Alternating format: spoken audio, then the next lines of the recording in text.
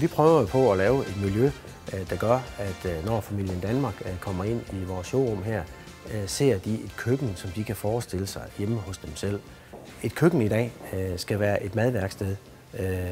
Det er stadigvæk et samlingspunkt, men det er vigtigt, at et køkken er funktionelt.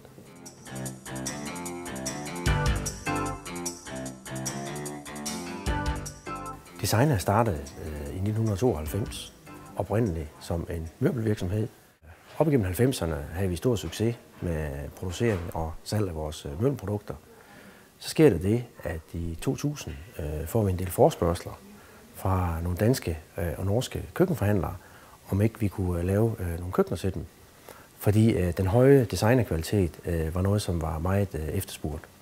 Op i 00'erne voksede vi faktisk gevaldigt. Først i Danmark med mange forhandlere, og derefter i Norge. Vi blev meget kendt for den runde forkant, som er en speciel forkant, som er lavet på vores korpusskab, og det er noget, vi stadigvæk er meget kendt for. Jeg har gjort lidt klar herinde ved skærmen.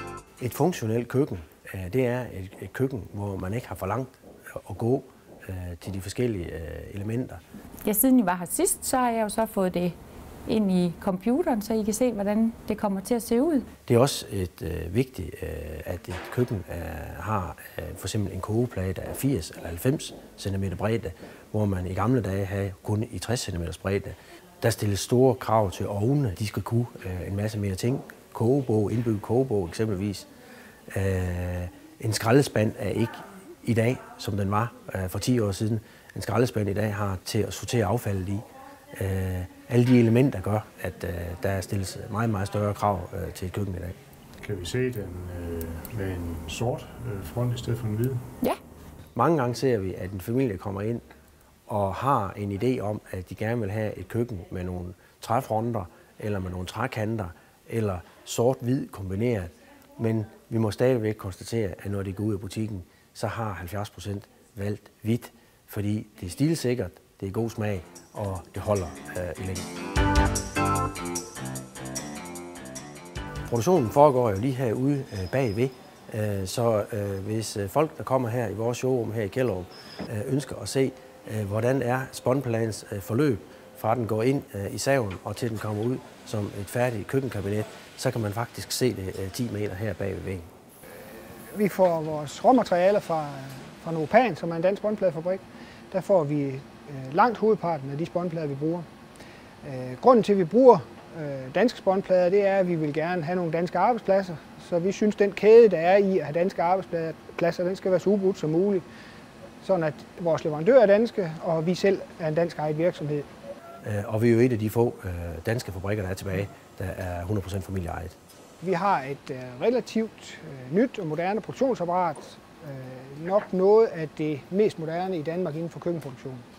Vi har en masse fordele i vores produkter, blandt andet den runde forkant, som jeg nævnte før. Så har vi et hængsel, et specielt hængsel, hvor der er indbygget softlook. Mange af vores kollegaer, der skal de have en klods sat på. Det har vi standard uden merpris i vores produkter.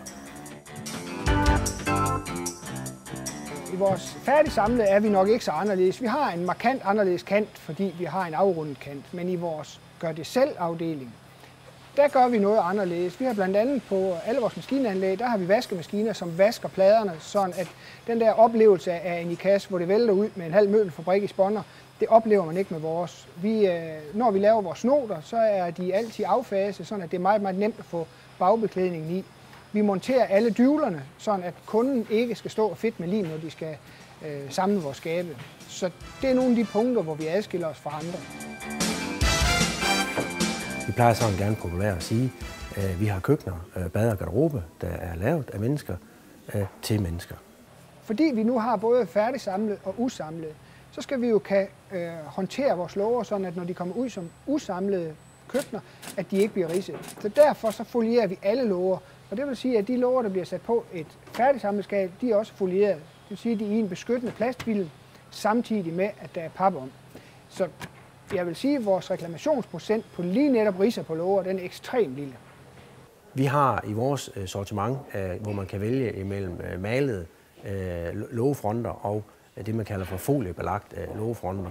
Og hvis man skal have et stærkt køkken, der skal kunne tåle, han har sagt lige fra sprittusser til et slag med en lille trehjulet cykel, så findes der nok ikke noget, der er stærkere end en folielåge. Så man kan hos designer vælge, om man ønsker det høje niveau, eller man ønsker et funktionelt til en god pris. Det, der gør, at det i Danmark er jo en fordel at producere, det er jo nærheden til kunden.